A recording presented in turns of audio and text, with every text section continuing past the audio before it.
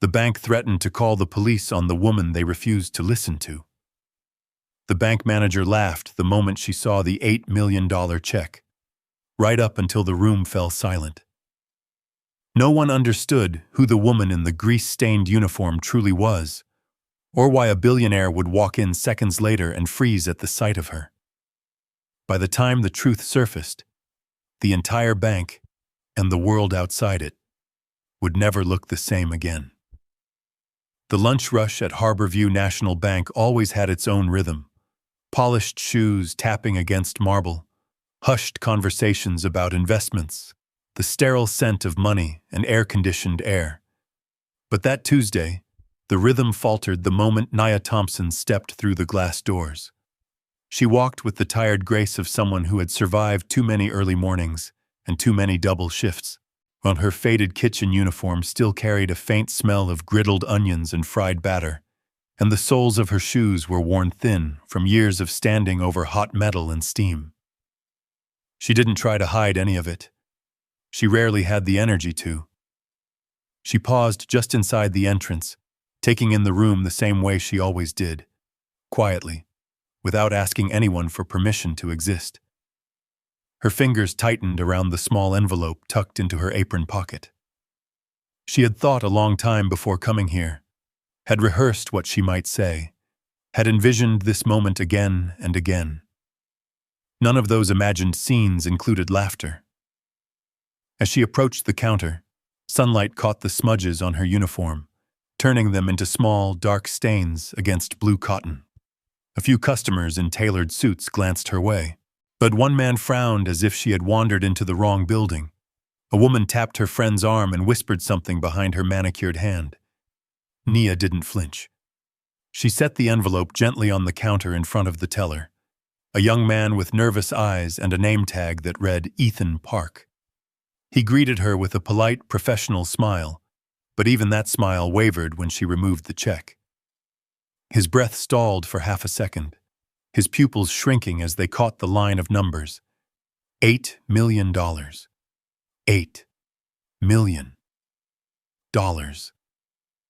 He blinked rapidly, looked at her uniform, looked back at the check, then looked again at her as if trying to solve a math problem that did not compute. "Ma'am, is this yours?" he asked softly.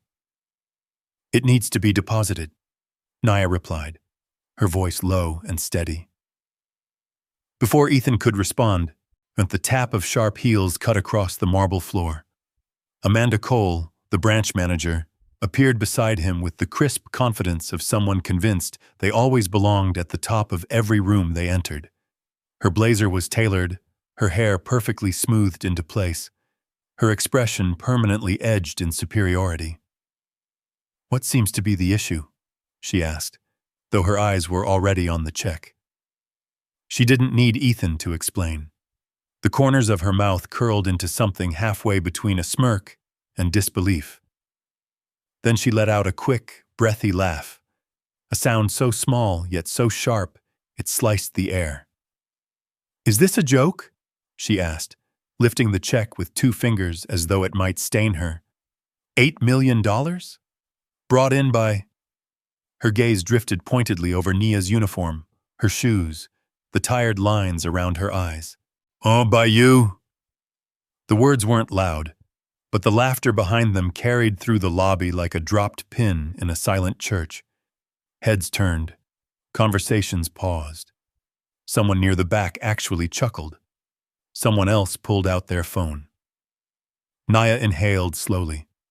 Buried beneath her calm exterior was something old and familiar, an ache she had carried since childhood, when people saw only what she wore, not who she was. It sat heavy on her chest now, but she refused to let it shape her posture. She stood tall, even as heat crawled up her neck. "There's nothing funny about it," she said quietly. Amanda snorted. "We'll see about that." The room hung in tense stillness. Ethan swallowed hard, looking at Nia with a mixture of confusion and sympathy, but he didn't speak again. He didn't dare. Yet Nia's eyes drifted across the faces staring at her, Some amused, some annoyed, others simply curious. None offered kindness. None offered trust. In that moment, she felt as though she were standing barefoot on cold stone, stripped of any dignity she had fought so hard to keep. Still, she stayed silent. Still, she held her ground. The lobby lights reflected faintly on the check Amanda now waved mockingly between two fingers. And as the low hum of murmured judgment grew thicker around her, Naya felt something tighten deep inside her. Not anger, not fear, but a quiet question. How much longer would she be treated this way? How much longer before someone looked at her and saw more than a uniform? Before she could finish the thought, Amanda's expression shifted into something sharper. "I think we need to make a call," she said coldly, and the air in the room dropped another 10 degrees. Naya exhaled once, steadying herself. Whatever came next, she knew she wouldn't run from it. Not today. Not this time. Naya felt the words settle inside her chest like a quiet anchor as Amanda Cole straightened her blazer and moved toward the internal phone line. The click of the manager's heels echoed through the marble-lined lobby, drawing even more attention to the scene unfolding at the front counter.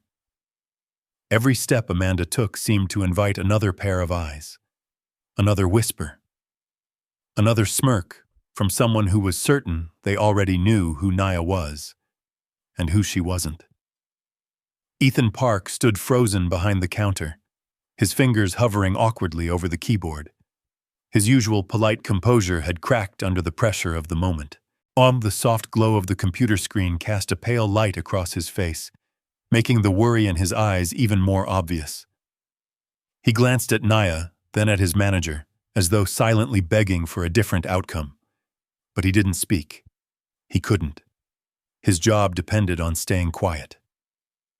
Amanda lifted the phone receiver with a flourish, her voice clipped and crisp as she requested manager-level verification. She didn't bother lowering her tone.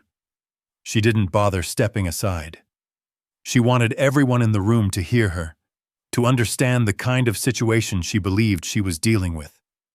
"Possible fraudulent check," she announced loudly, her words slicing across the space like broken glass. "High value. Extremely suspicious." A man in a navy three-piece suit looked up from his leather briefcase, eyebrows raised with interest, and a young woman wearing oversized sunglasses nudged her friend and whispered something behind her palm.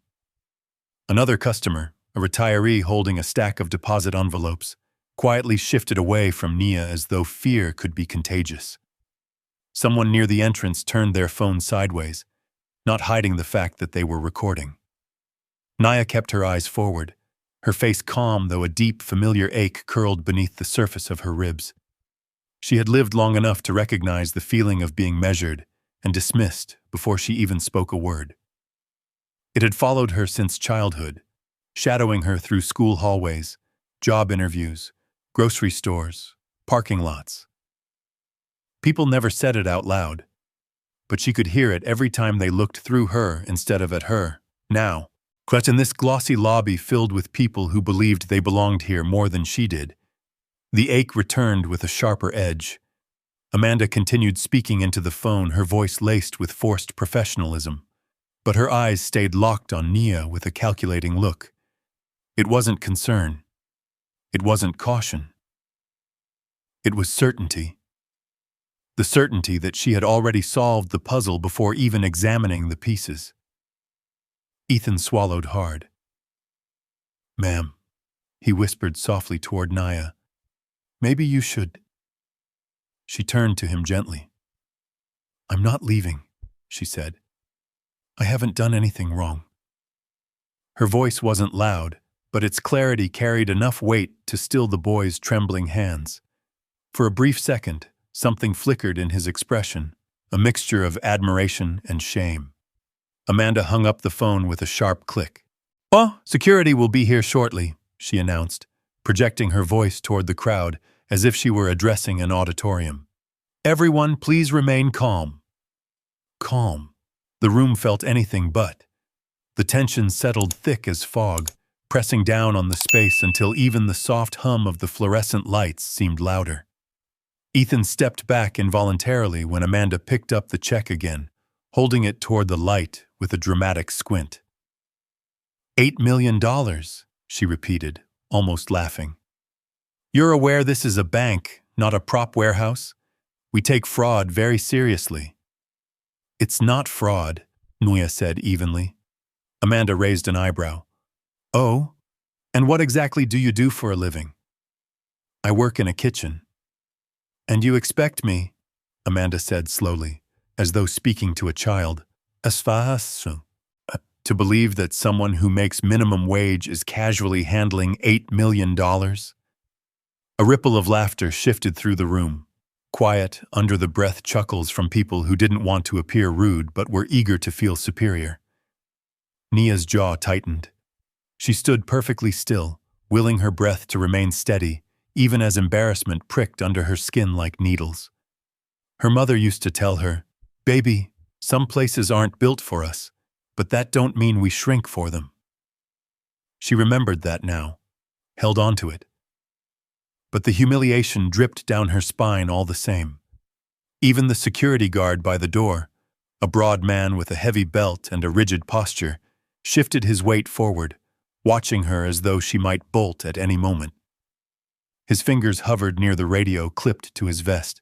Ethan opened his mouth again, perhaps ready to suggest that they at least call the issuing bank, but Amanda cut him off with a sharp shake of her head. I don't need a bank to tell me what's obvious, she said. A hush swept over the lobby. For a moment, no one moved. Even the customers waiting in line seemed to forget why they had come here. Nia felt dozens of eyes pressing into her back like heavy stones. She lifted her chin, not defiantly, not angrily, but because it was the only way she knew to keep from folding under the weight of all those assumptions. The envelope she once held so carefully now sat torn open on the counter, exposed like a wound. A woman wearing a tailored blazer and carrying a designer bag leaned toward her companion. Honestly, she whispered not so softly. What did she think was going to happen? Nia heard it. She heard everything. And still, she did not move. Her silence unsettled the room. It was the silence of someone who had endured far worse moments and survived them all. The silence of a person who refused to run, no matter how many people wanted her out of the picture. But beneath that silence, a question flickered quietly inside her. How easily could a room full of strangers decide what she was worth? Ethan shifted his feet again, guilt washing over his features. He wanted to intervene. Any decent person would. But fear anchored him in place. The tension in the air, the pressure of watching eyes, the threat of Amanda's wrath. It froze him completely. Then something changed. The heavy glass doors behind Nia slowly pushed open with a soft, resonant hum. Not a new presence stepped into the room. Quiet, composed, but powerful enough to shift the entire atmosphere. The air stilled. Conversations died mid-sentence. Even Amanda's expression faltered for half a second. Someone important had arrived. But no one yet understood just how important he would be. The glass doors whispered shut behind him, but his presence echoed through the lobby with a weight that bent the room's attention. Even those who hadn't seen him enter felt something shift, like the moment before a storm breaks, when the air grows still and thick with expectation. Heads turned in a wave, one after another, until every gaze landed on the tall man in the slate-gray suit standing just inside the entrance. He didn't rush. He didn't strut. He simply walked with the quiet assurance of someone who was used to commanding boardrooms, news cycles, and entire market sectors without raising his voice. The security guard straightened instantly. Ethan blinked twice, trying to place a face he had only seen on corporate posters and promotional banners. Amanda, mid-stride, froze as if someone had pulled a string tight inside her chest. But none of that mattered to Nia. She was staring at the torn check on the counter, the jagged pieces lying like fallen leaves around her worn shoes. pieces of paper soaked in humiliation. Amanda recovered her composure and marched back toward Naya. "Let's get this over with," she snapped, picking up the two largest pieces of the check between her manicured fingers. "This is unacceptable, completely unacceptable." She wasn't talking about the check. She was talking about Nia. On a hush swept across the lobby as Amanda lifted the torn check higher, as though displaying evidence to a courtroom that she alone presided over. Her voice sharpened, each word striking like a cold needle. "I don't know what kind of scam you thought you'd try here today, but bringing a fake $8 million check into a national bank is—" Without warning, she ripped it completely in half again. The sound cracked through the air like a snapped branch in a quiet forest. A customer actually gasped. Someone's phone trembled in their hand as they filmed, unsure if they were capturing a tragedy or a spectacle. Even the hum of the overhead lights seemed to pause for a moment. Amanda wasn't finished. She tore the halves into quarters, her lips pressed into a thin, triumphant line. Then she crumpled the pieces in her fist and, without a flicker of hesitation, threw them at Nia's chest. The scraps fluttered down like pale, wounded feathers, landing at Nia's feet. The room went completely still. Ethan stepped back instinctively, his body recoiling from the cruelty he had just witnessed. The security guard shifted awkwardly, as if realizing for the first time that he wasn't guarding the bank from a criminal. He was guarding a humiliation. And still the man in the slate-gray suit kept walking, quiet and steady, each step deliberate. Nia didn't move at first. Something inside her folded inward, not in surrender, but in sorrow. She had endured disrespect. She had endured judgment. But rarely had she been stripped of dignity so publicly, so thoroughly, and so unjustly. Her fingers trembled just for a heartbeat, and then she knelt. Slowly, gracefully, without a word. She reached for the nearest scrap of paper as though picking up a fragile memory. She smoothed its wrinkled corner against her palm and studied the faint ink still visible across the torn fiber. Her breath wavered for a moment, but she steadied it the way she had steadied herself her entire life, quietly, without expecting anyone to notice. It was that quiet strength that caught the eye of the man approaching her now.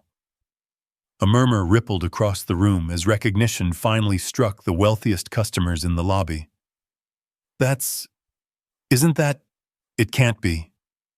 Why would he be here?" Amanda didn't hear them. She was too focused on the humiliation she believed she had just conquered. She turned and addressed the room with an air of authority so inflated it seemed ready to burst. "Let this be a reminder," she declared, "that Harborview National Bank has no tolerance for fraud. Excuse me." His voice wasn't loud, but it silenced her immediately. Amanda spun around, and all the color drained from her face. There he stood, Jordan Hale, founder of Hale Dynamics, tech visionary, billionaire investor, and the man who, rumor had it, was in negotiations to buy a controlling stake in the very bank she managed. He wasn't smiling. He wasn't even blinking. His gaze was fixed on Naya. The entire room held its breath. But Amanda didn't grasp the danger. Not yet. She rushed to him with a bright, practiced smile that didn't reach her eyes. "Mr. Hale, what an honor to have you here today. Please don't worry, we're handling a—" Jordan raised a hand. Not to greet her, to stop her. His eyes didn't leave Naya. Well, that was the moment the room shifted again. The moment people began to understand that something they couldn't yet name was unfolding in front of them. Nia rose slowly. The torn pieces of the check gathered gently in her hand. She felt the weight of 1,000 eyes watching her, but she no longer heard the whispers. She no longer felt the sting of the humiliation Amanda had tried to brand her with. Because the man staring at her now looked like he had seen a ghost. "Naya?" he said softly. Amanda's smile faltered. Ethan's eyebrows lifted in confusion. A customer lowered their phone. Jordan Hale took one step closer, then another. The certainty that had lit Amanda's face just moments earlier vanished like mist. Something was happening. Something big. But no one, not Amanda, not Ethan, while not the customers gathered like spectators, could yet understand how the pieces of the torn check, the humiliation on marble floors, and the man in the slate-gray suit were about to collide. Everything was about to change, and none of them saw it coming. But long before Jordan Hale stepped onto the marble floors of Harborview National Bank, before the torn check and the dozens of judgmental stares, there had been another night. Quiet, rainy, and easily forgotten by everyone except the two souls who lived it. It was 3 weeks earlier, just after midnight, when Seattle's sky had opened and spilled a steady sheet of cold rain onto the streets. The kind of rain that soaked through jackets, muffled the city noise, and made even the neon lights look tired. Nia Thompson stood behind the back door of Mama D's kitchen, rubbing the ache from her wrists after a 14-hour shift. The scent of fried batter still clung to her clothes. Her breath rose in soft clouds as she stepped out into the alley. Her life at this hour was usually predictable. She would walk the same route to the bus stop, take the same seat if it was open, and sit quietly as the night workers, custodians, dishwashers, grocery clerks, rode through the foggy neighborhood's home. There was comfort in those routines, safety even. But that night, routine broke. Just beyond the alley, on the corner near the flickering street lamp, she noticed a car pulled awkwardly against the curb. The driver's door hung open. The red hazard lights blinked unevenly through the rain. At first, she thought someone had stopped to make a phone call or to escape the weather. But then she saw him. A man lay crumpled on the wet pavement, one arm twisted beneath him, the other reaching weakly toward the curb as if he'd been trying to pull himself up. Rain gathered in his hair, ran into his eyes, soaked through his expensive-looking coat. He wasn't moving much, just enough to show he was still fighting to remain conscious. Nia dropped her bag without thinking. "Sir, can you hear me?" she called, hurrying toward him. His breathing was shallow, uneven. She knelt beside him, ignoring the cold water seeping through her pants. Rain drummed against her back as she eased him onto his side, the way she'd been taught years ago during a CPR class at church. Her hands were steady even though her heart wasn't. "Stay with me. I'm right here," she murmured. The man tried to speak, but only a strained gasp slipped out. His lips were pale, and his eyes fluttering.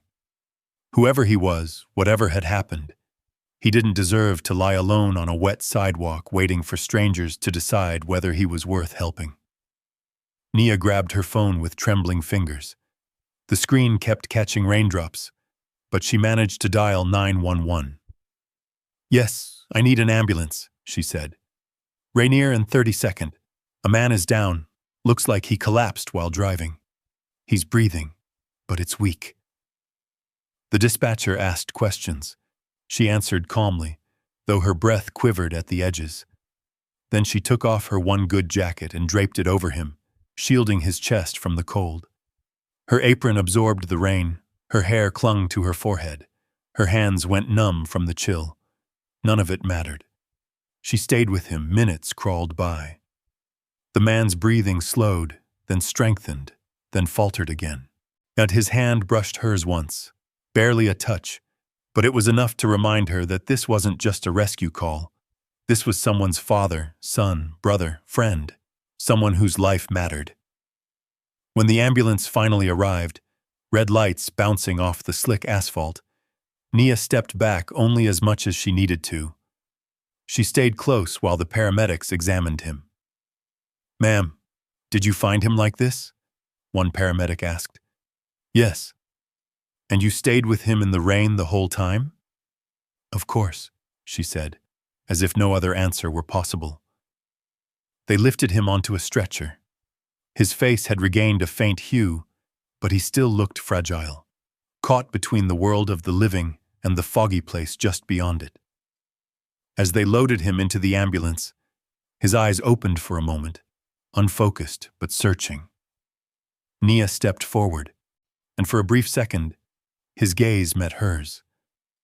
Something unspoken passed between them. Gratitude, fear, hope.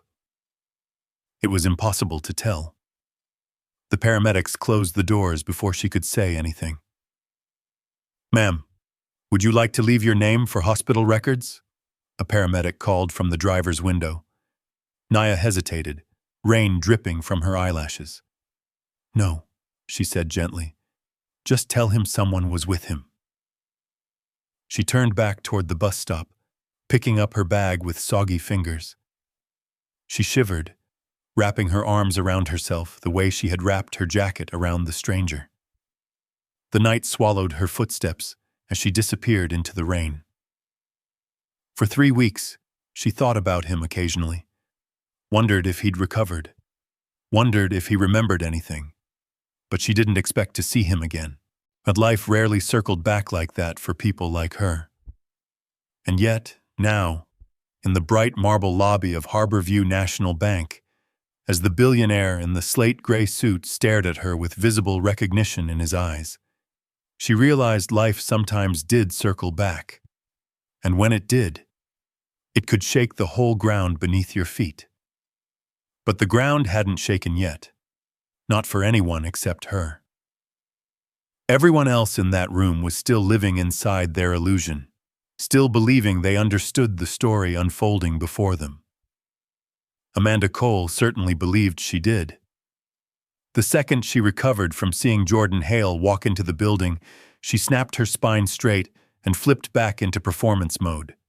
Her expression sharpened into the polished, corporate smile version of herself, the one she used for investors, auditors, and anyone with a bank account big enough to matter. She brushed past Nia without a glance, planting herself between Ethan and the billionaire like a well-trained shield. "Mr. Hale, welcome," she said, her voice suddenly soft and sweet. "We're handling a minor issue here at the front counter. Nothing for you to worry about." Jordan didn't answer. His gaze was locked on Nia. Confusion first, then something heavier beneath it, something he couldn't yet voice. Amanda mistook his silence for permission to continue. Without waiting for a reply, she waved sharply toward the security guard. "Please detain this woman until officers arrive. We're dealing with what appears to be a fraudulent financial instrument." The guard stepped forward. Nia felt the air press tight around her ribs. You know, the kind of pressure that came from being boxed into a moment you didn't choose. She didn't step away. She didn't raise her hands. She simply stood still as the shadows of humiliation stretched deeper beneath her feet. Ethan flinched, blurting out before he could stop himself.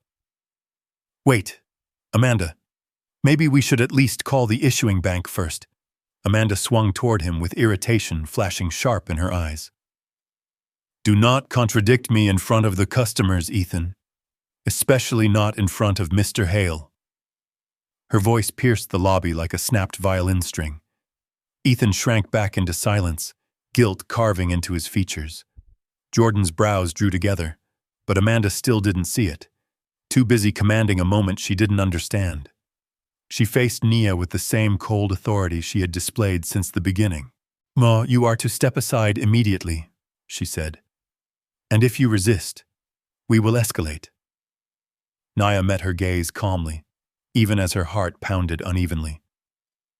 "I haven't resisted anything," she said quietly. "I only asked you to verify the check, that's all." "Don't patronize me," Amanda snapped.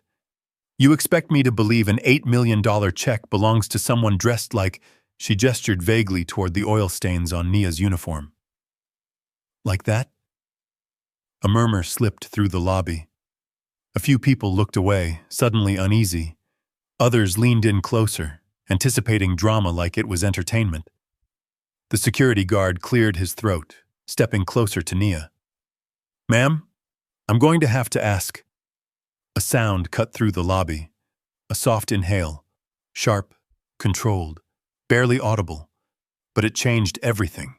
Jordan Hale finally spoke. Stop! Just one word, but it froze the air. The guard stepped back. Ethan's eyes widened. Amanda turned toward Jordan so fast her earrings swung. "Sir?" she asked, forcing a smile that twitched at the edges. Jordan didn't answer her. His voice lowered when he spoke again, directed only at Nia. "Is it really you?" The lobby fell silent. Phones that were filming trembled slightly as people zoomed in, trying to understand what they were seeing. Amanda blinked. "Sir? You know this woman?" Jordan's expression tightened, not in anger, not in disbelief, in recognition. "I do," he said, the words leaving him like a truth he had carried quietly for weeks. But before he could finish, Amanda cut in, anxious to regain control. "Mr. Hale, please don't trouble yourself. This woman brought in a fraudulent check. And she's..." "Fraudulent?"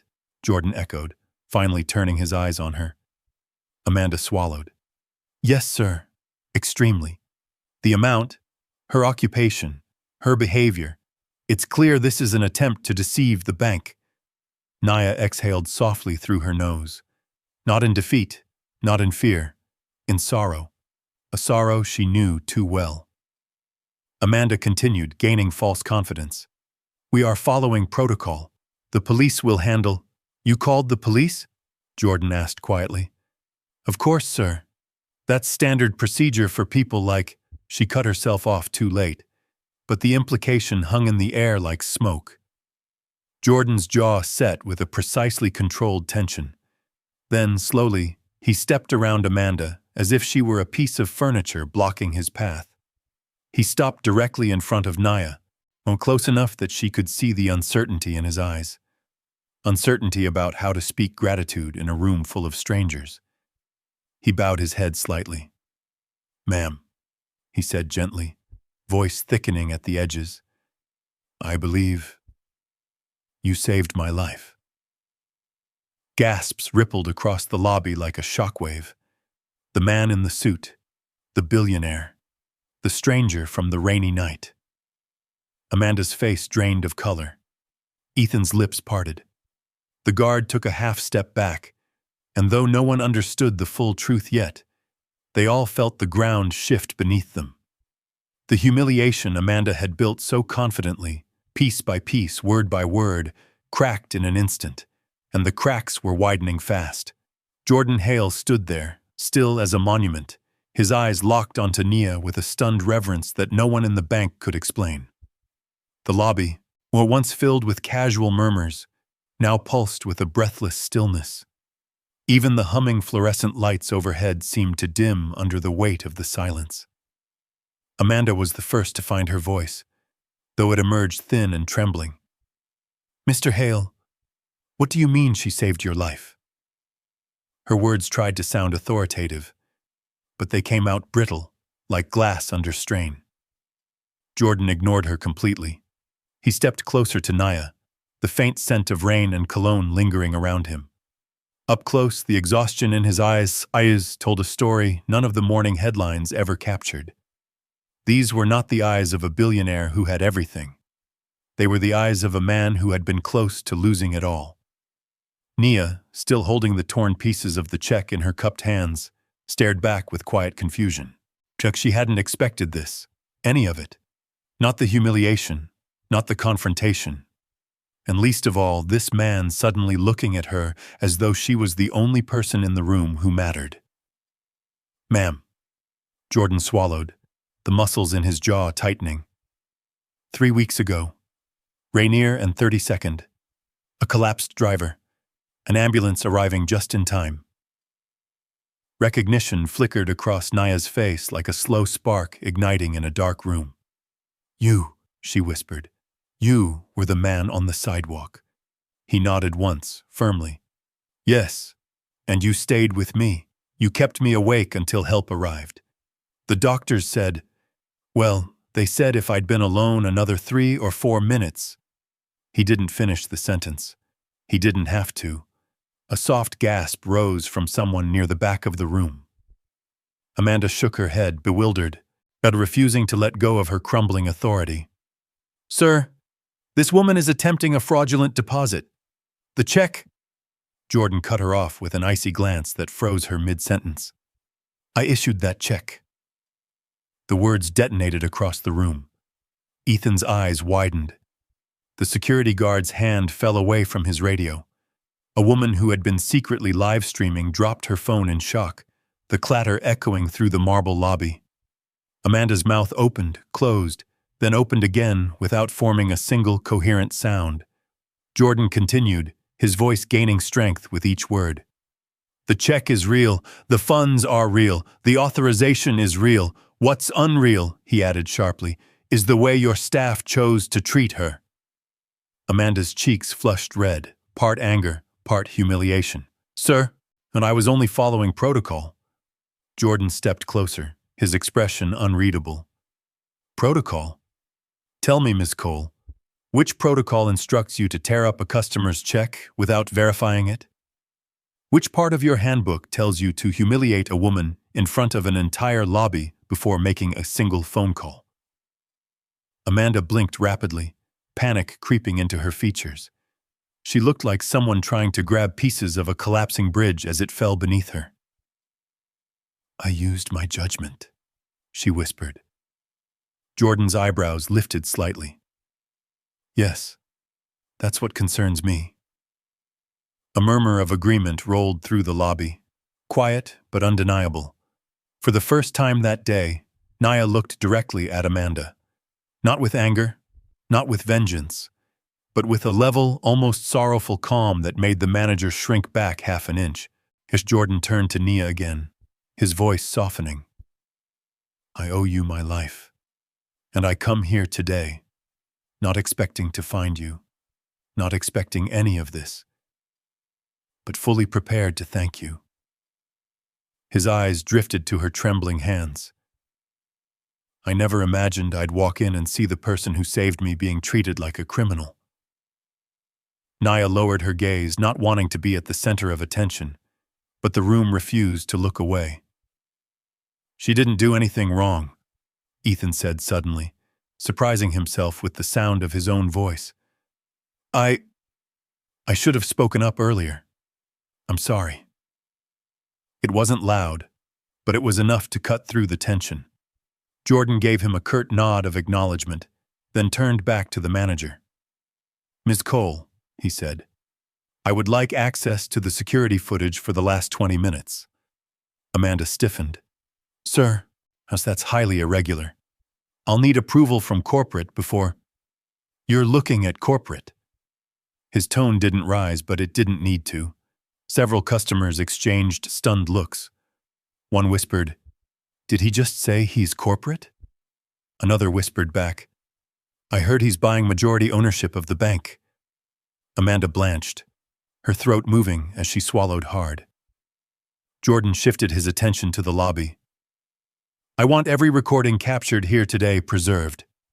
That includes the ones on phones. His gaze swept across the stunned crowd.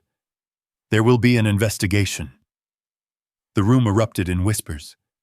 Naya felt her knees weaken beneath her, not from fear, but from the emotional whiplash of the last hour. She had walked into the bank expecting nothing more than a routine deposit. Instead, she had lived through humiliation, or accusation. And now, this. Jordan noticed the tremor in her hands, then spoke gently. Ma'am, please, come with me. Let's sit somewhere private. You've been through enough. Amanda panicked. Sir, Mr. Hale, you can't remove customers from the lobby without— He turned to her one final time. Ms. Cole, with respect, you have lost the privilege of telling anyone what they can or cannot do today. Her face crumpled. For the first time, she seemed to realize the true magnitude of what she had done. Not just legally, not just professionally, but morally. Jordan extended a steady hand toward Naya. The whole lobby watched with held breath. As Naya slipped the torn pieces of the check into her apron pocket and placed her hand into his, something shifted. Not just in the room, but in the trajectory of her life. She didn't know it yet, But the storm Amanda had unleashed was about to reveal a truth far larger, far deeper, and far more life-changing than anyone imagined. And this time, it would not break her. It would lift her. But before that lift could happen, before the room understood the shift already trembling beneath its marble floors, a strange, heavy silence settled on the lobby. It was the kind of silence that didn't simply fall over a place. It claimed it. Jordan Hale still held Nia's hand gently, not pulling her, not pushing her, just anchoring her in a moment she didn't yet know how to stand inside. His chest rose and fell with a slow, deliberate breath, as though bracing for the weight of words he had been holding for weeks. He stepped closer, close enough that the details of his face, lines of exhaustion, faint bruising beneath his eyes, as a scar near his temple, became visible to Nia, though she didn't yet understand their meaning. Close enough that the cameras recording from every angle caught his expression shift into something raw, unguarded. Then he spoke, quietly, reverently. "Ma'am, you saved my life." The sentence drifted across the lobby like a warm current breaking through winter air. It didn't land loudly. It didn't need to. People felt it like a temperature change, a ripple that traveled through every shoulder, every breath, every heartbeat in the room. The woman with the designer sunglasses lowered them slowly.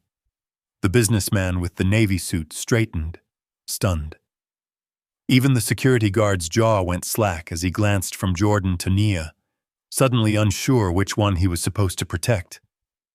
Amanda, however, has looked as though her world had cracked open beneath her heels.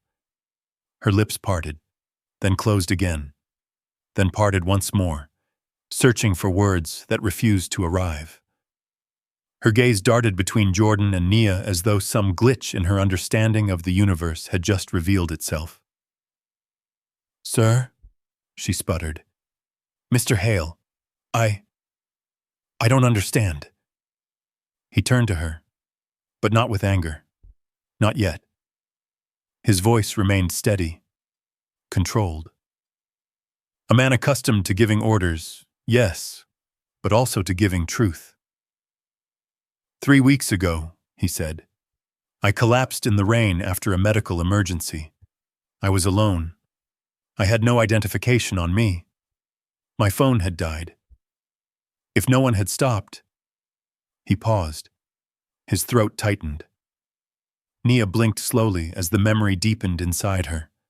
The street lamp, the rain, the cold pavement, the fading pulse beneath her fingers. "You," Jordan whispered, "were the only one who stopped."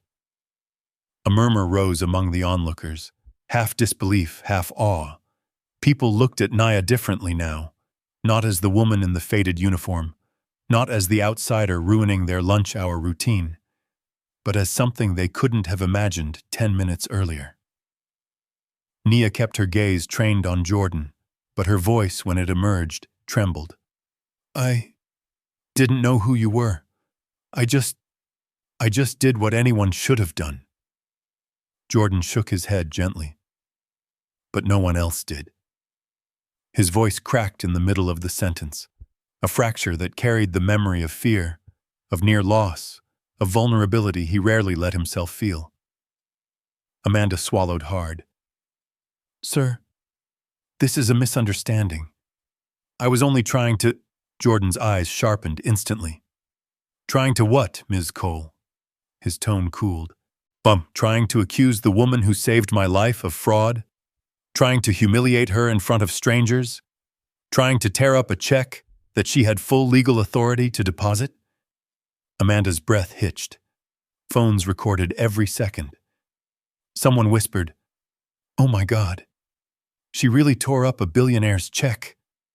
Another whispered back, "She didn't even check it. She went straight to security." Ethan stood a little straighter now, courage flickering timidly in his expression. He spoke before fear could silence him. "Sir, she didn't verify anything. She didn't even call the issuing bank. She didn't check the signature. She looked at Ms. Thompson and just assumed. Amanda snapped toward him. "Ethan!" But it was too late. The truth had been spoken aloud. Jordan nodded once, slowly, absorbing the words as if he had expected them, but still needed to hear them spoken by someone inside the system. He turned back to Nia. "Ma'am, I owe you more than my gratitude," he said, voice thick. "I owe you my respect and my apology. You walked into a building partly owned by me and were treated with shame instead of dignity." His words were not loud, yet everyone felt their weight. Amanda's hands trembled. Her polished veneer cracked down the middle. She tried again, desperation creeping into her voice. "Sir, please. I didn't know. I didn't recognize her. Jordan's voice cut through her excuses like a clean blade. "You didn't have to know her," he said. "But you had every opportunity to treat her like a human being." Amanda opened her mouth, but nothing came out. The room felt too bright, too exposed, as every pair of eyes watched her crumble. Not because they wanted to see her fall, but because they were realizing how fragile the world she tried to control truly was. Jordan ran a hand slowly across his jaw, exhaling as though this revelation had reopened an emotional wound he thought had closed. He looked at the manager, the staff, the customers, then finally back to Nia. "Ms. Thompson," he said softly, "I should have thanked you weeks ago. You deserved kindness then. You deserve it now." His gaze swept the lobby, commanding and resolute. "And today, he added, everyone in this room is going to witness what dignity looks like."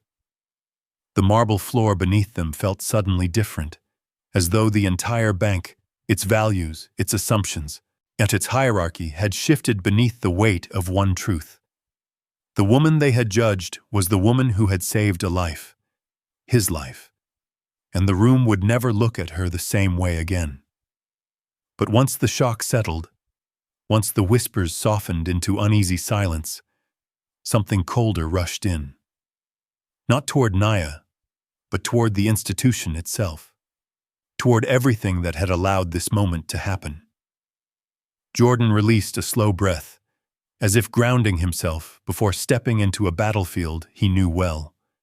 The battlefield of truth, accountability, and the weight of people watching. His voice, calm but sharpened with purpose, carried across the lobby. "I want every second of what happened here reviewed," he said. "Every angle, every interaction, every decision made. That this isn't just about one incident. This is about the culture inside this branch." The words hit Amanda like a physical blow. Her hands trembled at her sides. The color drained from her face all the way to her neck. It was no longer just embarrassment. It was terror. The fear of exposure, of consequences, of judgment she could no longer control. Sir, she stammered, let's please handle this privately." Jordan turned toward her with a calmness more frightening than anger. "Ms. Cole, you made this public the moment you raised your voice, the moment you tore up her check, the moment you called security before performing even a single verification step." His eyes narrowed slightly. "And you did all of that loudly enough for the entire lobby to hear." A ripple of uncomfortable shifting moved through the line of customers. Some lowered their phones, suddenly ashamed of having filmed it like spectacle. Others kept recording, now with a deeper understanding of the gravity unfolding before them. Ethan stepped forward then, his face pale but resolute. "I can confirm," he said quietly, "that Ms. Cole didn't follow any verification protocols. She didn't call the issuing bank. She didn't check the signature. She didn't even let me enter the check into the system." Amanda spun toward him, eyes wide. "Ethan, think about what you're doing." He swallowed hard. "I am." Those 4 words settled like stones between them. Jordan nodded, acknowledging Ethan's courage with a small, firm tilt of his head. "Thank you," he said. "It takes integrity to speak up when it matters." A soft murmur of agreement ran through the lobby. Amanda's voice cracked. Sir, he's exaggerating. He's young. He probably misunderstood. He understood perfectly, Jordan replied, his tone cool. Your behavior is on camera. There's nothing to misunderstand. The tension in the room snapped like overstretched rope. Even the security guard shifted uncomfortably, stepping back from Amanda as though aware her authority had evaporated, leaving behind only consequences. Amanda attempted one more defense. Mr. Hale, please. This woman walked in here with an impossible check. Anyone would have been suspicious. Jordan stepped closer, his eyes burning with a quiet disappointment, more devastating than rage. Suspicious, he repeated. Suspicion is allowed. Procedure is allowed. Verification is allowed. But humiliation? His voice hardened. Disrespect? Prejudgment? Destruction of a customer's property? That is not allowed. That is not protocol. That is prejudice masquerading as professionalism. The room vibrated with the weight of his words. Nia stood still, not shrinking, not shaking, just breathing. For the first time since she entered the bank, she felt something shift inside her chest. A sense of worth. A sense of being seen not as a problem, but as a person. Jordan turned back to her, his gaze softening as though reminding himself why he was fighting this battle at all. Ms. Thompson, he said gently, what would you like to happen next? The question floated between them, powerful in its simplicity. Everyone expected her to ask for money, or revenge, or punishment. But Nia only closed her eyes for a moment, collecting herself. When she opened them again, there was no anger there, just a deep, aching calm. I don't want to punish anyone, she said softly. I just want to understand why I was treated like that. Her voice didn't shake. It didn't need to. Amanda flinched at the words more devastating than any accusation. Jordan nodded solemnly. You deserve an answer, and you'll have one. He faced the room again, lifting his voice, not loud, but commanding. There will be an external audit, an internal investigation. Every customer interaction flagged for review. Every deviation from protocol documented. The days of brushing this kind of behavior under the rug are over. Even those who had come to deposit checks or withdraw cash suddenly felt themselves part of something larger, something raw, necessary, overdue. Amanda's knees wobbled. Sir, please. Jordan didn't look at her. Instead, he turned to Ethan. Go retrieve the security footage from the last 20 minutes. Ethan nodded quickly and rushed toward the back offices, leaving Amanda frozen in place, her authority drained from her like water from a cracked cup. Nia watched it all quietly, the downfall of a system that had wounded her more times than she could count. Not just here, but in stores, offices, restaurants, even in the eyes of passing strangers. And yet she felt no triumph, no vindication, only a gentle sorrow that things had come to this. Jordan stepped closer again, lowering his voice so only she could hear. I'm sorry, he said simply, for what happened today, for what might have happened if I hadn't walked in, for every moment in your life when someone made you feel small. Nia looked down at the torn pieces of the check peeking from her apron. It's not the first time, she whispered, and it probably won't be the last. Jordan's jaw tightened, as though her words struck him physically. Not if I have anything to say about it, he said. Their eyes held, not with romance, not with pity, but with recognition. Human recognition.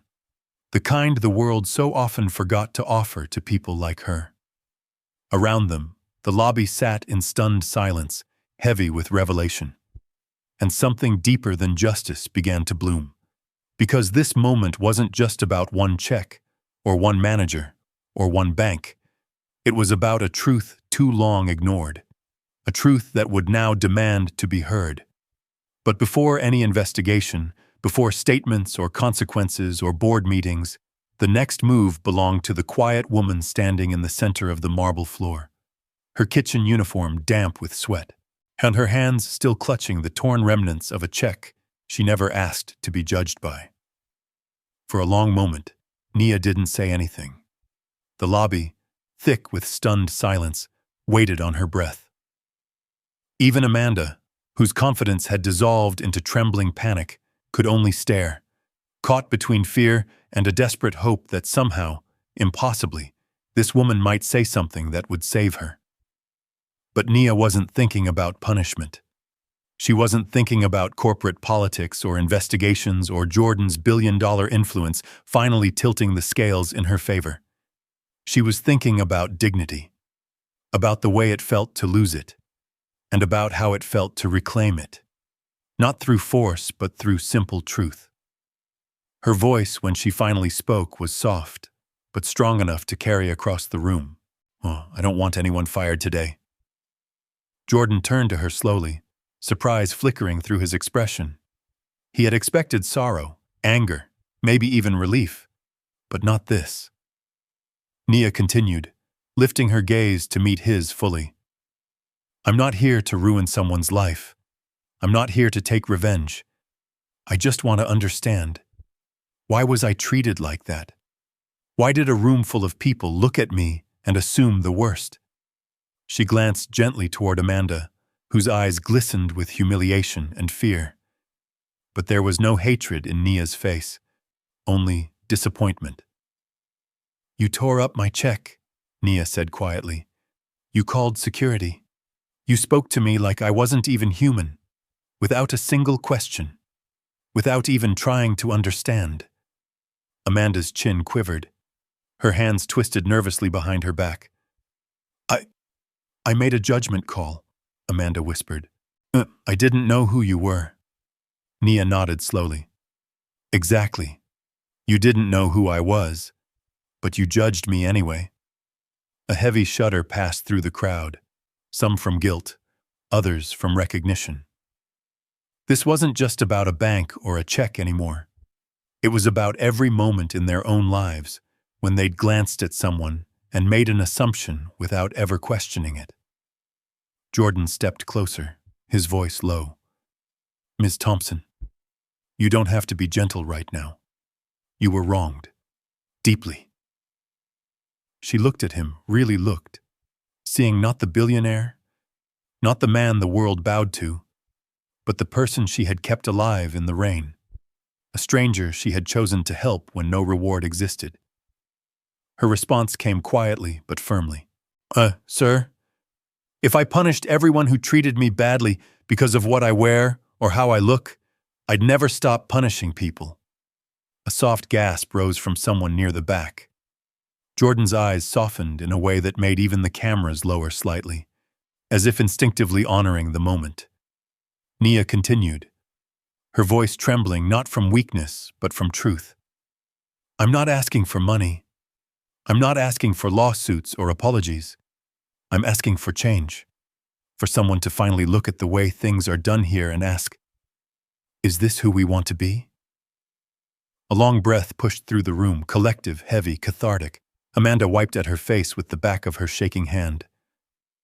I did wrong," she whispered, barely audible. "I see that now, I really do." For the first time all morning, there was no smugness in her tone, no pride, but no performance. Only a woman realizing she had hurt someone. Not a stranger, not a criminal, but a human being whose kindness eclipsed every assumption Amanda had made. Jordan stepped back, giving Nia the space to hold the full attention of the room. She wasn't accustomed to holding power. She looked almost uncomfortable with it.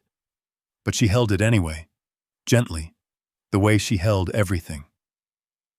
"I don't want her fired quietly," Nia finally said, turning back to Jordan.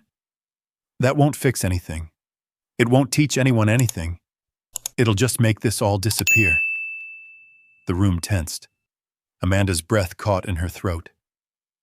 Nia continued, "What I want What would actually matter is for this bank to learn from this. Not just her. Not just today, but all of you. Her words were not angry. They were patient, compassionate, almost tender. And that tenderness was more disarming than rage could ever be. A tear slipped down Amanda's cheek. Ethan swallowed hard, guilt etched deep in the tension at his jaw. Even Jordan stood a little straighter, recognizing the depth of her request. "You want justice," he said softly, "not revenge." Naya nodded. "I want dignity. For me, and for anyone who walks in here after me." Jordan exhaled, the breath shaking slightly with admiration. "You'll have it," he said. "I give you my word." Amanda made a small sound, half sob, half apology, but Naya held up a gentle hand. "I don't hate you," she said to her, "but I need you to understand what you did, and I need you to throw some at." Amanda bowed her head, shoulders trembling under the weight of her own shame. Jordan turned to the entire lobby, raising his voice just enough to carry. "Mom, you heard her," he said. "This won't be hidden. This won't be brushed aside. This will change how we operate, starting today." A murmur of agreement, somber, reflective, moved through the room. In that moment, every person watching understood something profound. This woman, standing in a faded uniform with torn paper in her hands, wasn't just the victim of a mistake. She was the mirror they had all been forced to look into. And for the first time, many of them didn't like what they saw in themselves. The shift in the room wasn't loud or dramatic. It was quiet, human, respectful, a kind of reverence that rose not from wealth or status, but from kindness, the kind the world rarely saw and even more rarely recognized. And as Naya stood there, steady and gentle in the center of the marble floor, well, the truth became undeniable. Sometimes the most powerful thing a person can do is choose mercy when the world expects wrath. And that mercy, soft, steady, unexpected, shifted the air inside Harborview National Bank more profoundly than any shout or threat ever could. It changed something in the eyes of everyone watching. Even the walls, sterile and cold moments earlier, seemed to lean in as if listening. Jordan stood very still, absorbing the depth of what Naya had asked for. Not revenge, not money, not spectacle. Change, real change, and it moved him more than he expected. He turned toward the cluster of employees, toward the customers filming, toward the towering glass windows reflecting a downtown skyline that suddenly felt too small for what was happening inside this lobby. "All right," he said, on voice calm but carrying the certainty of a man who rarely said anything he didn't mean. "Then we will change. Not tomorrow, not next quarter, today." A murmur of disbelief swept the room. Amanda's chin lifted slightly, confused, hopeful, terrified all at once. Ethan took a half step forward, as if instinctively wanting to be part of whatever came next. Even the security guard's expression softened, shame mixing with a quiet longing to do better. Jordan reached into his jacket, pulling out his phone. Not to text, not to call security or legal counsel, but to open a folder labeled simply, Initiative. He glanced at Naya. "This wasn't planned for today," he said gently, "but maybe today is exactly when it needs to begin." He faced the lobby again. "For years, I've been researching disparities in banking," he continued. "How many people are denied loans because of appearance, assumptions, bias they never get to challenge? How many people are talked down to, dismissed, made to feel unworthy of respect? It's a problem much bigger than one branch, or one manager, or one torn check." Silence thickened, this time with anticipation. "So," he said, tapping the folder lightly, "we're launching the Human Dignity Banking Initiative effective immediately." The words dropped with the weight of a hammer and the warmth of a sunrise. Amanda blinked rapidly. "Sir, what does that mean?" Jordan leveled his gaze at her. It means mandatory retraining for every employee, transparency in every customer interaction, anonymous reporting channels, community advocacy sessions, and he nodded toward Ethan. Yeah, new leadership pathways for employees who show integrity instead of fear. Ethan's eyes widened. Me? Jordan smiled faintly. You spoke up. That matters more than you know. The teller stared down at his trembling hands, overwhelmed. For the first time since the chaotic morning began, his shoulders straightened. Not from fear, but from pride. Amanda swallowed hard. And what about me? Jordan regarded her not with cruelty, but with clarity. You will be placed on administrative leave. You will participate in community service and undergo full retraining. You will not be fired today. Her breath escaped in a shaky burst. Relief, surprise, and a realization that mercy had reached her too, even when she hadn't earned it. But, Jordan said quietly, whether you return depends entirely on who you choose to become after this. Amanda nodded slowly, eyes filled with the first honest reflection she'd shown all day. Nia watched her, not triumphantly, not resentfully, but with the steady compassion of someone who understood that shame was not the same as growth, but could lead to it. Jordan continued, Our goal is not punishment, it's transformation. The customers who'd come for errands and transactions now found themselves standing inside something historic, something that might be talked about in boardrooms, newspapers, maybe even Congress years from now. But more importantly, something that mattered today, to them, to this community, to every person who'd ever been dismissed because of a uniform, a hairstyle, a tone of voice, or skin color. Jordan turned to Nia again, and his voice softening. This initiative wouldn't exist without you. Your kindness under pressure, your dignity under humiliation. This is the example we need. And I'm asking you, if you're willing, to advise the program as we build it. Nia blinked, stunned. Me? Sir, You are exactly who we should learn from, Jordan said. Someone who sees people, not categories. The lobby felt suddenly warm, as if the January Seattle cold outside had no authority in this moment. Nia pressed a hand to her chest. I don't know what to say. You don't have to decide now. Jordan smiled gently. But know this. After today, banking in this city will not be the same. Ethan looked at her with shining eyes. Ms. Thompson, you changed everything. Nia shook her head softly. No, but I just wanted to be treated like a person. And sometimes, Jordan replied, that's the spark that fires a revolution. Before anyone could respond, one of Jordan's senior aides hurried in through the glass doors, breathless. Sir, regional leadership is on standby. They want an update. Jordan glanced around the room, at the security cameras, the stunned faces, the broken check on the floor, and at Nia, standing with quiet grace in the middle of it all. Tell them, he said. They're about to hear the truth. The aide nodded and stepped aside. Jordan turned back to Nia. There's one more thing, he said quietly.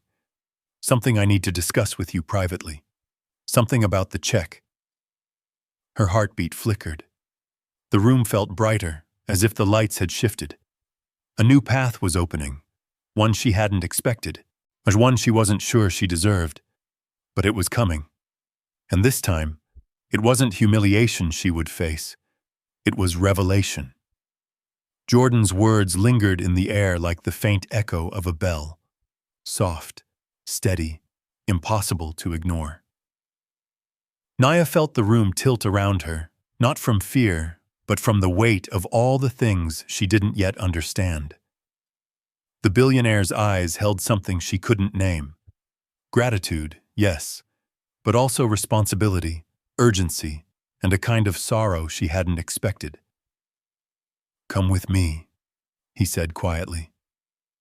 and for the first time since she entered the bank, Naya felt the atmosphere around her shift.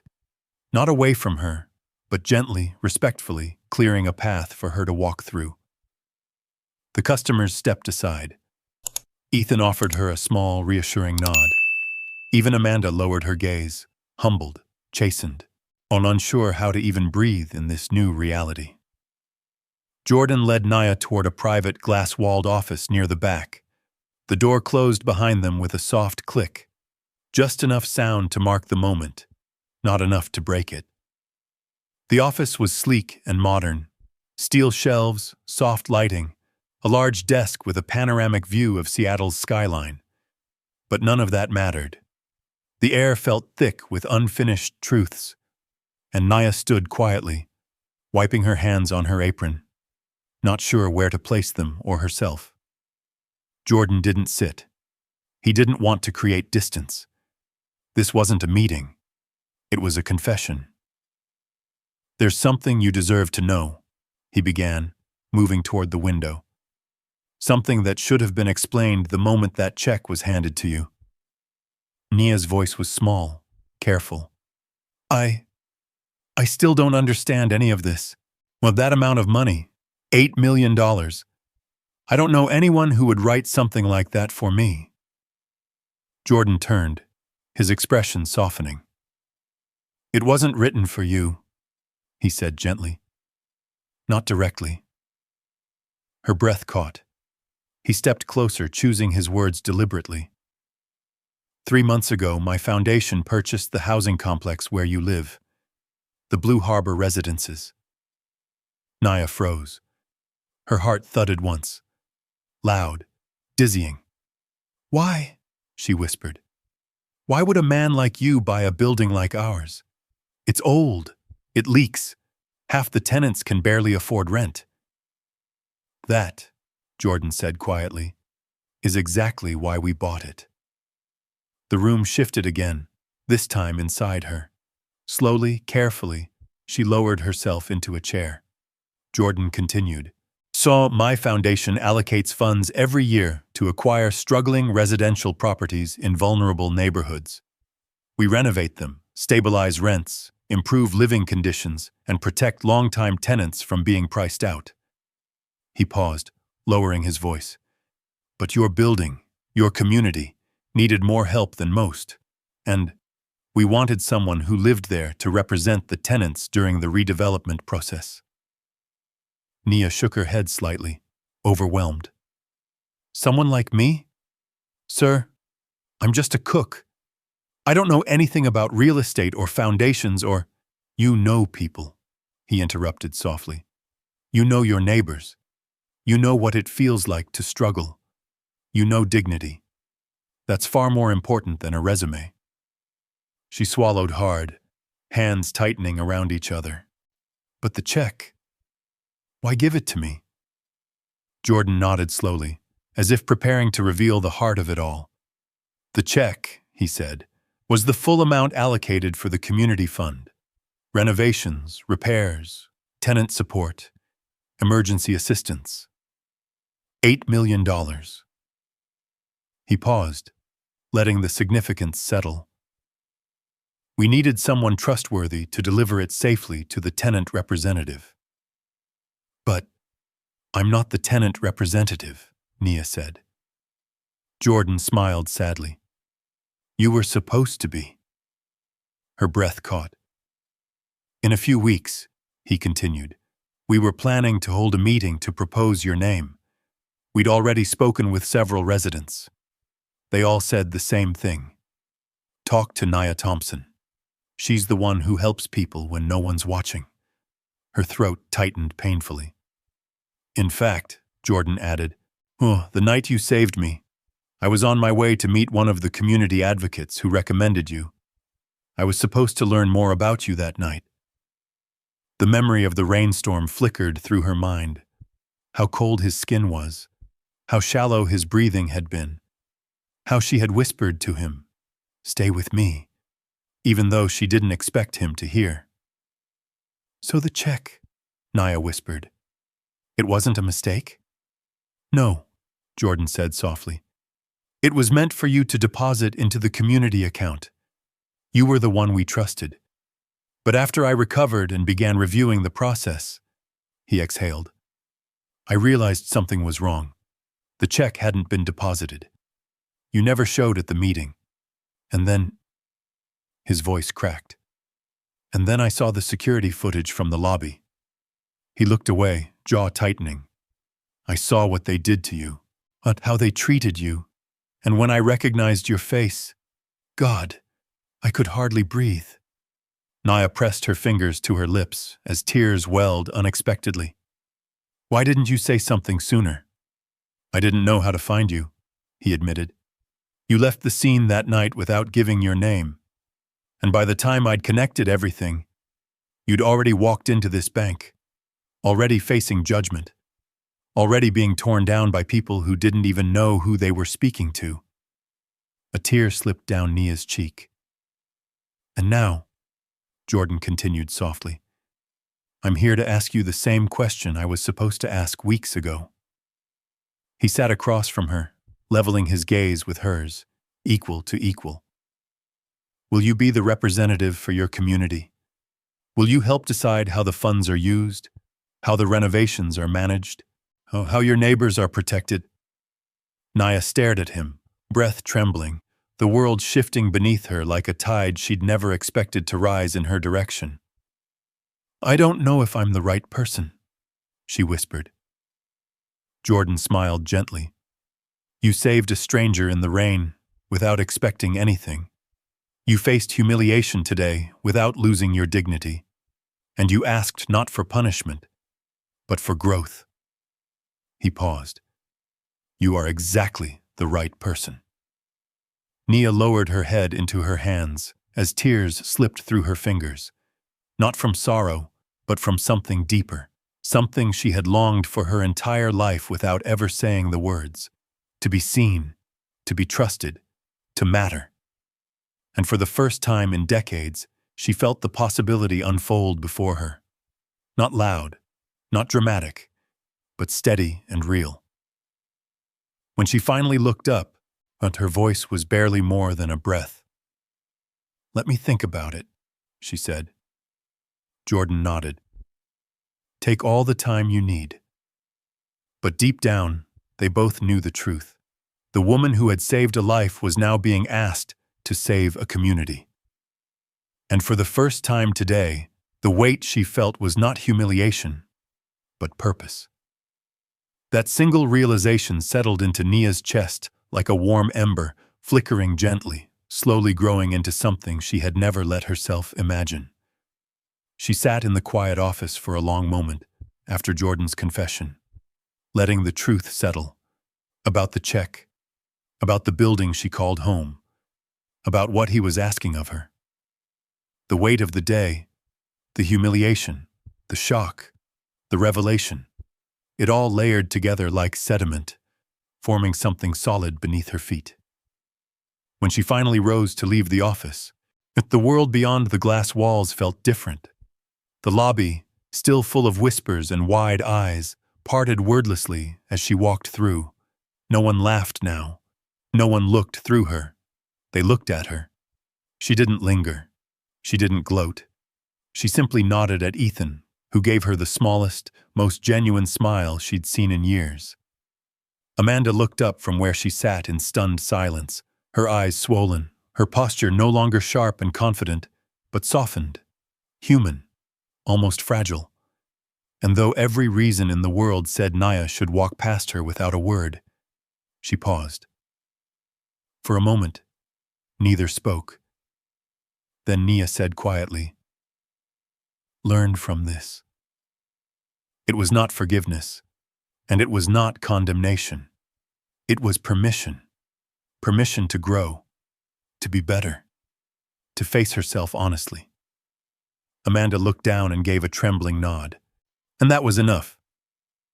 Outside, the afternoon sun had dipped behind Seattle's skyline, casting long shadows across the street. Light glinted off wet pavement from a drizzle that must have passed while she was inside.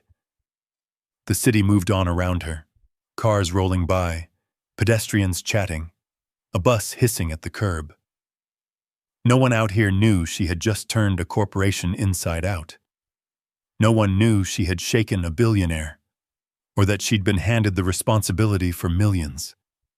And that, she realized, was exactly how she liked it. She walked 3 blocks to the bus stop, her steps slower than usual, her apron still stained from the morning's rush. She pressed her hands into her pockets, feeling the soft fray at the seams. Her life wasn't glamorous. It wasn't loud. It wasn't powerful in any traditional sense. But today had proved that quiet people could move mountains. By the time she reached her small apartment, the sun had set fully. The hallway light flickered like always. The scent of someone cooking rice drifted through the vents, and 2 children chased each other past her door, giggling. All familiar, all ordinary. Yet she felt something shift in her chest when she turned the key, like she had stepped into a new chapter without even realizing it. That night, she slept little. She thought of the tenants, Mr. Green in 2C, whose legs hurt him in the winter, the Rivera family, who worked 3 jobs between them to make rent, the elderly sisters in 5B, who shared a single heater. She thought of all the quiet dignity inside that building, the struggles no one saw, the kindness exchanged in hallways. She thought of the weight Jordan had placed in her hands, not the money, but the trust. And by sunrise, she knew her answer.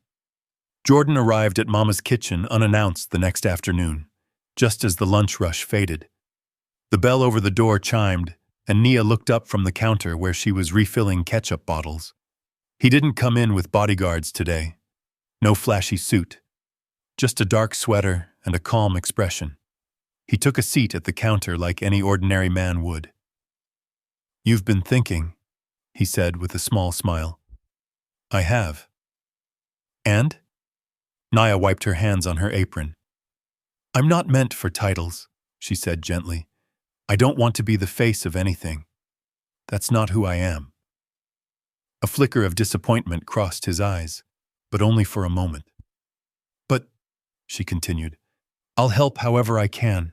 I know this community, and I know what they need. I can show you what matters. I don't want power. I want purpose." Jordan nodded slowly, deeply. "Then purpose is exactly what we'll build." He slid an envelope across the counter. Not a check this time, but a simple note inside. "For when you're ready," he said. She opened it. Inside was a single sentence in clean, steady handwriting. "The world changes because of people like you." Her breath hitched. She looked up, but Jordan was already rising. "I'll be in touch," he said, placing a 20 beside his untouched coffee. "And Nia, thank you for saving me, for saving all of us today." When he left, the restaurant felt warmer somehow. Later that evening, just as the sun dipped low and painted the windows gold, a new customer stepped inside. A young woman in a blue work uniform, shoulders tense, her eyes tired from a world that didn't see her clearly. She hesitated by the door, unsure if she belonged. Nia recognized that posture. She had lived that posture. With a gentle smile, she called out, "Sit anywhere you like, sweetheart. You're welcome here." The girl relaxed, just a little, and Nia realized something simple and profound. She didn't need wealth. She didn't need attention. She didn't need her name on a program or a plaque. Her power was here, in kindness, in knowing people, in lifting strangers one gentle moment at a time. And though no cameras would ever catch it, though no lobby would ever fall silent from it, this quiet dignity could move a nation. If the morning at the bank had been about humiliation, and the revelations had been about truth, then this was about healing. Healing a system, as healing a community, healing herself. Because in the smallest acts, the world changed. And Nia Thompson, a woman nearly ignored by everyone that day, had changed it more than anyone realized. If this story moved you even a little, drop a simple 1 in the comments so I know you felt it too. And if you want more real, soul-stirring stories like this one, make sure you subscribe. Your support helps these voices keep shining. See you in the next story.